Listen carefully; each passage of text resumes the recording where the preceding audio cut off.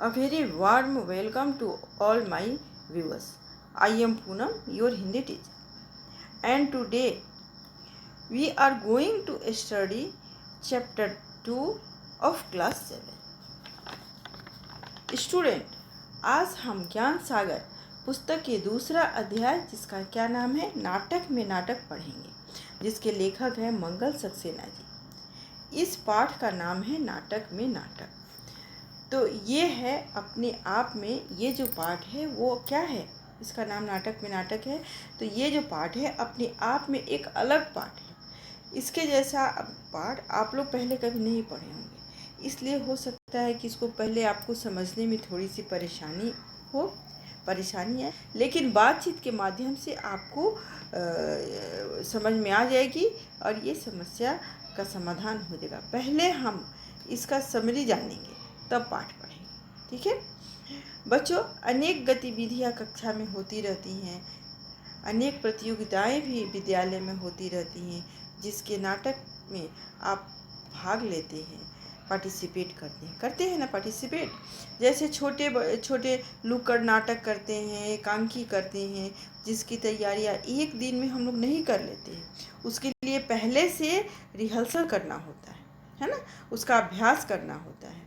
तो उसके रिहर्सल में कई तरह की परेशानियां आती है। कोई अपना डायलॉग भूल जाता है, तो कोई अपना डायलॉग गलत बोल देता है, कोई दूसरे का डायलॉग बोल देता है ना, तो सब कुछ गड़बड़ होने लगता है। तो ऐसे कुछ गड़बड़ को संभालना पड़ता है फिर। तो आइए देखते हैं इस पाठ में नाटक में क्या है, जिसका नाम है। तो राकेश नाम का एक आदमी है ना, जो कि एक टीम बनाता है। क्यों बनाता है? तो नाटक के लिए बनाता है ना। टीम जैसे कुछ लोगों का एक समूह होता है, जिसको हम टीम कहते हैं। तो हम खेलने के लिए भी टीम बनाते हैं, है ना। किसी काम के लिए जी हाँ, बहुत सारे 2-4 लोग मिल के करते हैं, वो एक टीम होती है, तो उसको हम टीम कहते हैं। तो वो नाटक के लिए एक अपना टीम बनाता है। उस नाटक में जिसका जो रोल होता है, राकेश उसको दे देता है, बांट देता है और कहता है कि सबको अपनी अपनी भूमिका बता देता है कि तुम्हारा ये रोल है, तुम्हारा ये रोल है, और तुम लोग अच्छे तरह से अपनी भूमिका को निभाना, अपनी रोल को करना। खुद राकेश उस नाटक में हिस्सा नहीं ले पा रहा है, क्योंकि कारण इसका कि फुटबॉल खेलते समय उसके हाथ में चोट लग जाती है। वो सोचता है कि चलो डायरेक्शन यानी सूत्रधार का ही क्यों नहीं काम हम कर लें, और वो सूत्रधार का काम यानी डायरेक्शन का काम, वो नाटक को डायरेक्शन का काम वो करता है।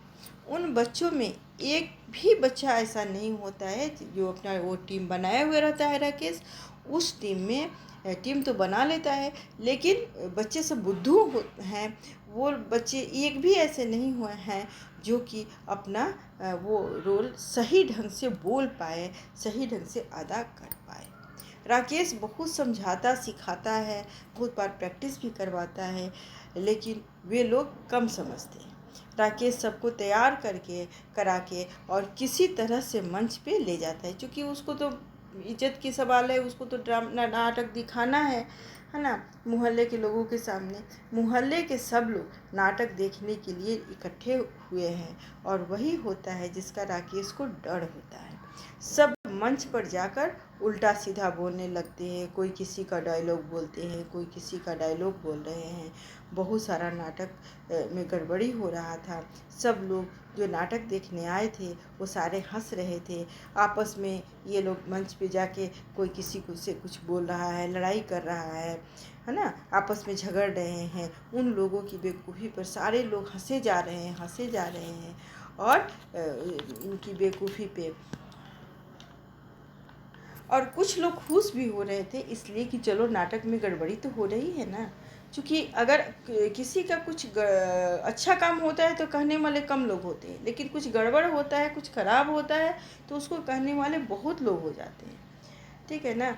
तो सभी लोग मजाक उड़ाए जा रहे हैं, हंसे जा रहे हैं। राकेश ये सब देखकर बहुत परेशान हो रहा है और अपने हाथों को मसलते जा रहा है, और वो सोच रहा है कि इसको सुधारने के लिए कौन सी तरकीब निकाला जाए, कौन सी बुद्धि निकाला जाए, ताकि इस बिगड़े हुए काम को बना सकूं मैं और देखते देखते राकेश क्या करता है अंत में कि मंच पर चढ़ जाता है। चढ़ के जाके चेयर लेके वो बैठ जाता है और अपने दर्शकों को अपनी बातों की ओर ध्यान दिलाते हुए कहता है कि आप लोग ये मत सोचिए कि मेरा नाटक खराब हो रहा है। सब लोग चुप होकर उसके तरफ देखने लगते, उसकी बातों को सुनने लगते हैं। दरअसल बात ये है कि हमारा ये जो नाटक है वह ये दिखाना चाह रहा है कि जब हम नाटक करने के लिए रिहर्सल करते हैं तो उस दौरान हमें कौन कौन सी परेशानियाँ, कठिनाइयाँ, समस्याएं होती है, हमारे बीच में आती हैं और और कैसे हम उसको दूर करते हैं, कैसे समाधान करते हैं। इस बातों में हम लोग इस नाटक के माध्यम से दिखाना चाहते हैं, क्योंकि हमारे नाटक का शीर्षक है नाटक में नाटक। ठीक है ना। तो सभी लोग इस बातों पर तालियां बजाने लगते हैं इस बातों को सुनकर, और सभी लोग कहते हैं क्या कि यह तो बिल्कुल ही नया कंसेप्ट है, ऐसा नाटक वो लोग तो कभी देखे नहीं थे। दरअसल दर्शक कहने लगते हैं कि पहली बार ऐसा नाटक देखने को मिलता है। दर्शक इस नाटक के लिए बहुत ताली बजाने लगते हैं और बहुत ही प्रशंसा करते हैं, बहुत तारीफ़ करते हैं इस नाटक का। इस तरह से राकेश बिगड़ी हुई बातों को किस प्रकार अपनी नई सोच के माध्यम से बना लेता है, इसी को इस नाटक में इसी बात को वो दिखाया गया है और बताया गया। उसी तरह सबको थोड़ी विवेक और बुद्धि के माध्यम से अपनी बिगड़ी हुई कामों को भी बनाना चाहिए और सीखना चाहिए। इस प्रकार बच्चों, इस पाठ से हमें क्या शिक्षा मिलती है? तो इस पाठ से हमें यही शिक्षा मिलती है कि अगर खराब से खराब परिस्थितियां आए और कोई भी बना हुआ काम बिगड़ जाए तो हम अपनी सूझबूझ से धैर्य के साथ रहकर उसको सुधारेंगे, है ना।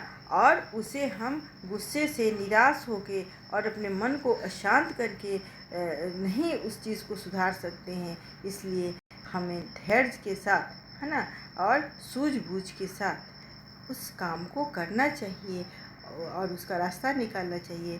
तो बिगड़ी हुई काम भी बन जाएगी और अच्छा हो जाएगा। तो बच्चों, आज हम लोग इस पाठ को का समरी पढ़ें। अब कल हम लोग इस पाठ को पढ़ेंगे। तो आइए, कुछ कठिन शब्द हैं, इसको हम देखते हैं, है ना, और इसके अर्थ को भी देखते हैं। जैसे दूब, दूब का अर्थ होता है घास। प्रदर्शन, प्रदर्शन का अर्थ होता है दिखाना, नाटक को मंच पर करना। पार्ट, हिस्सा, है ना, भूमिका, हिस्सा। आड़, पर्दे के पीछे, है ना, उसको आड़ कर दे। ठठाकर हंसना, जोर से हंसना। जोर से अगर हम हंसते हैं तो उसको क्या बोलते हैं? ठठाके हंसना। भौचक्के, हैरान, हैरान होना, आश्चर्यचकित होना। त्रुटियाँ, गलतियाँ। भूरी भूरी, प्रशंसा करना, बहुत तारीफ करना, है ना। शक पकाना, घबरा जाना। तपाक, झट से। झंक मारना, बेकार के कामों में समय व्यतीत करना। करम कल्ले, गांठ, इसका अर्थ होता है गांठ। गोभी, गोभी का गांठ, किसी चीज़ का गांठ जो होता है वो गांठ होता है। अब इस पाठ को आप लोग पढ़ेंगे, है ना, और पढ़ के और रखेंगे। फिर इसको मैं कल पढ़ाऊँगी, कल अगले वीडियो में इसको मैं पढ़ाऊँगी, बुक इसका लेसन पढ़ाऊँगी और पढ़ाने के बाद से फिर हम लोग इसका प्रश्नोत्तर देखेंगे। धन्यवाद।